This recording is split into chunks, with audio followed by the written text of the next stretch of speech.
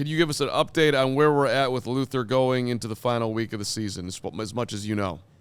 So he spoke to the media, Carm, for 2-3 minutes, had to get a sense for how he's feeling, said he's tired as hell. You just said that. But then afterwards, we saw him get up and actually have to move to the showers, and he was limping pretty good. He was moving very, very slowly. Which foot, which leg was bothering him, it was very unclear, just in terms of which one he was favoring. But I generally like to think it's a good sign when a player is willing to talk to the media and he's not in the trainer's room getting immediate treatment, or he's not in the x-ray room getting checked out, or he's just not getting the extra attention that comes with something more serious. Ben Johnson, I'm sure you heard from him, didn't have a full update, but I think it's encouraging that he talked to the media. I think it's very encouraging that he had a game like he did tonight against the 49ers, but we'll have to wait and see what his availability is for Week 18 against the Detroit Lions. Yeah, good stuff in the locker room, Johnsy.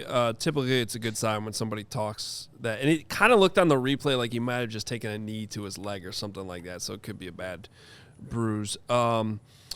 It was – well, let's talk about that sequence at the end of the game, because you get the timeout usage, you get the hook and ladder, which was super interesting, and then you get a play call that apparently came in late, according to Ben Johnson, that didn't leave them in the right formation and left them kind of scrambling on that last play. So what did you learn about sort of how that all played out there at the end of the game? Well, let's start with the hook and ladder. I thought DeAndre Swift had the best explanation for it. They were hoping that the 49ers would be in man, which would have left really DeAndre Swift with a wide open walk-in touchdown if run correctly. And Colston Loveland and DeAndre Swift did do their part. It worked to the point where they discovered the 49ers were in a zone defense, and the cornerback stayed home, kept his outside contained, and made the tackle. Ben Johnson had no problem whatsoever with DeAndre Swift being tackled and having all the clock run out. Had no problem with that.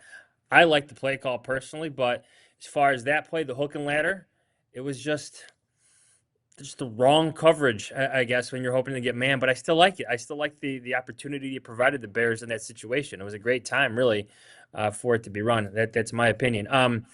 Then the final play, yes, Ben Johnson wanted the full blame for getting that play call in late. I think he called, how did he describe it? It was piecemealed together by Caleb Williams. Caleb later said that they didn't have enough time to run a motion that they wanted on that play. So obviously the play didn't get off as planned. But I just like Caleb Williams' answer after that. He's explaining what wrong in the final play, but still he had the opportunity, the chance to get a throw off. And he felt like he didn't get enough on his throw to give one of his receivers a chance, whether it's Jahns Walker, whether it's Luther Burden or Colston Loveland towards the corner of the end zone.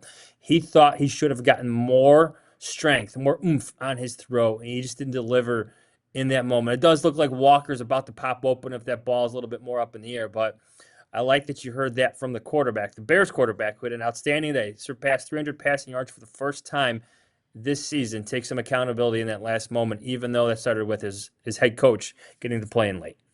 Let's rewind back before the hook and ladder. I know you got some things from players you talked to in the locker room, but I am just curious, your overall opinion on once the Bears got the first down near the 10 and they choose to call their final timeout instead of clocking it. It felt like it was a one or the other decision. We're all riding with Ben, but I'm just curious what you thought in that moment or what your instinct felt like you thought they should do. Honestly, I didn't have a problem with it in the moment. I think Ben Johnson has earned the benefit of the doubt, and his obsession for not giving the other team a chance, getting that clock down to however he wanted to, and believing in himself that he had enough play calls at his disposal for that situation, especially where they were on the field. Is it fair to question his clock management at the end of the game there? Yeah, sure. But if he felt like that was the best course of action, I also think he's earned the benefit of the doubt for how the season has played out. It's just another thing to question when things unfold this way. But at the end of the day, it still came down to a couple key plays where the Bears had a chance to get that victory, with that hook and ladder, and then that final, albeit, misaligned play at the end where Caleb Williams entered the scramble drill almost immediately.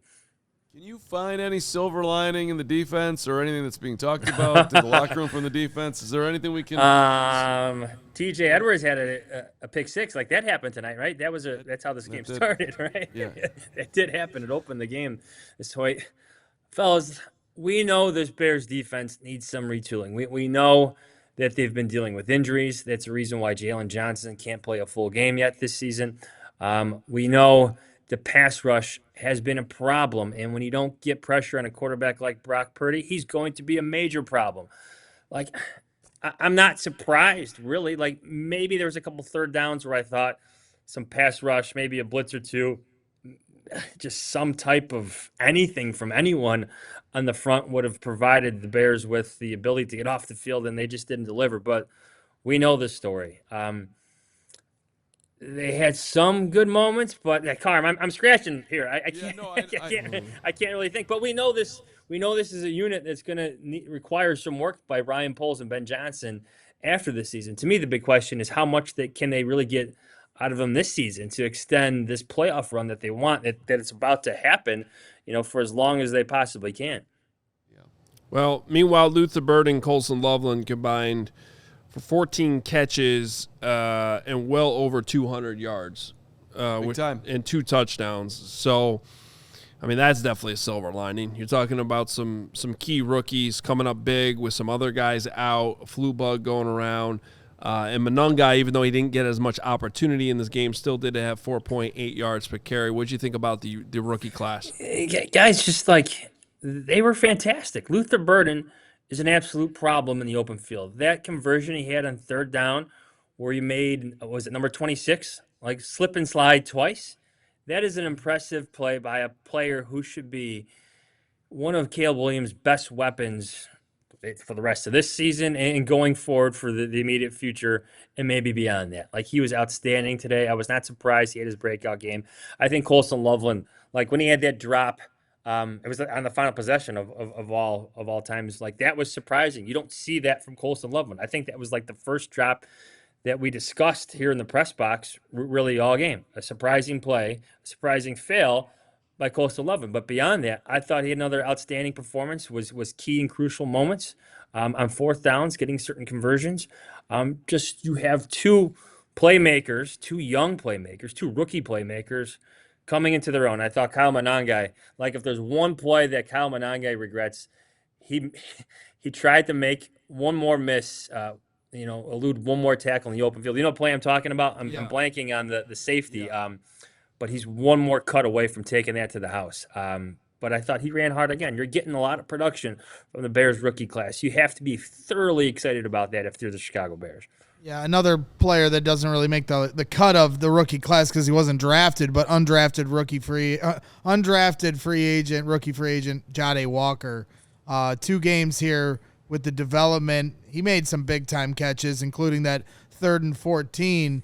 What do you like in what you're seeing from him, and the opportunity he's getting? Well, how could you not like what he's doing, Greg? Because this is an undrafted rookie with the lowest of expectations. I think he's impressed us and anyone who's ever who covered training camp this year. But to see him do that on Sunday Night Football, now everybody's talking about him. Now everybody knows that he's a quality player, if not better than that, for the Chicago Bears. Another weapon for Caleb Williams. Johnsy, last one for me. How do you think they approach next week? Must-win territory, get the 2 seed, or do you think they? Yeah. Okay.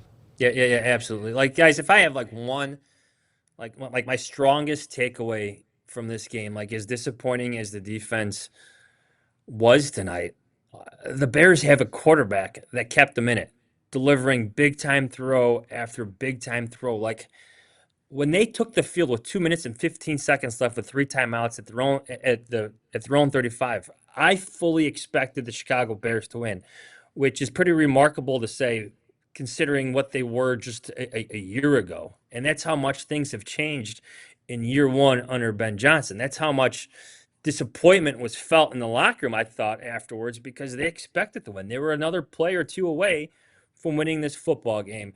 The Bears have a quarterback who can play well, who could go, blow for blow in a shootout with one of the best offensive teams in the league in the 49ers. Like, that's something that we haven't covered. That's something in a way that should be celebrated. And I get that they were one play short, but this is different. This is Ben Johnson's Bears. They have something that's working, and they're up. Now they're upset, which I think could be a positive thing heading into the playoffs. Jahns, and that's where I guess the more I kind of process this and think about it, I wonder if Ben rethinks some of this clock management. I don't necessarily have a major problem with anything he did. We talked about this earlier, and really it was just that one moment where he decided to call timeout instead of clocking it and keeping that timeout in his pocket. But when you rewind and you realize that the Bears were getting the ball back with over 2 minutes, all 3 timeouts and the 2-minute warning, I don't think it's good that you ran out of time. Does that make sense? That's what I'm saying. Like, I understand you're trying to thread the needle and your defense isn't playing well, and the last thing you want is to leave the 49ers more time, but it's more important that you take the lead. You can't run out of time with 3 timeouts and the 2-minute warning is still in your pocket. And so I'm not overly disappointed. I'm not overly critical, but if I'm Ben Johnson, I'm definitely going back and thinking about that. With all of that context, you can't run out of time. It wasn't like it was 4th down, this is the last play of the game. It was 2nd down. You still had more downs available to you, but the clock ran out. That's fully fair. I honestly, in the moment, I didn't think much of it. I think the Bears still had a chance. We've seen Caleb Williams complete chunk plays after chunk plays, explosive play after explosive play. You honestly probably, I thought that Ben Johnson probably had a play or two to deliver this win. I think that's all fair criticism. It's something I think Ben Johnson has, I think he's a more introspective and self-criticizing coach that I've covered in recent years, where he's willing to accept fault for some of his mistakes. I would not be surprised at 4:15 Central Time tomorrow on Zoom, we hear him explain to us, I really regret taking that time out in that situation you just detailed very well. That's the Ben Johnson we're starting to know. Where I expected success, where I think everyone watching on TV, especially in Chicago, expected success from the Bears, which is still crazy for me to say that I think about it, covering this team. But that's Ben Johnson's Bears. And at the same time, Ben Johnson's Bears are the ones that will thoroughly analyze their own failures, their own shortcomings, so those situations don't happen again where victory is so close and they fail to obtain it. All right. I mean, obviously we've got the rest of next week to pine over this, but between the Packers, Seahawks, 49ers, and Rams, take out the seeding, do you have a preference on who you think the Bears should match up best with, or who you'd prefer them to play? I think the best team in the NFC, and I've said it for a while now, is the Rams. You listed the Rams amongst the teams there, right? I would not want to play the Rams. I think the Bears, the matchup with the Packers is just a physical back and forth, grueling matchup, but I don't think the Packers offense is nearly as potent as what we saw tonight from the 49ers. The 49ers were 5 for 5 in the red zone, and the Packers were 0 for 5 in the red zone just a week ago, and they're battered, they're beaten up. They didn't win to, it didn't work out for them this weekend. So, but it's the playoffs. So really, I mean, you can go back and forth which matchup is the best, but I still think the Los Angeles Rams are the best team in the NFC on both sides of the ball.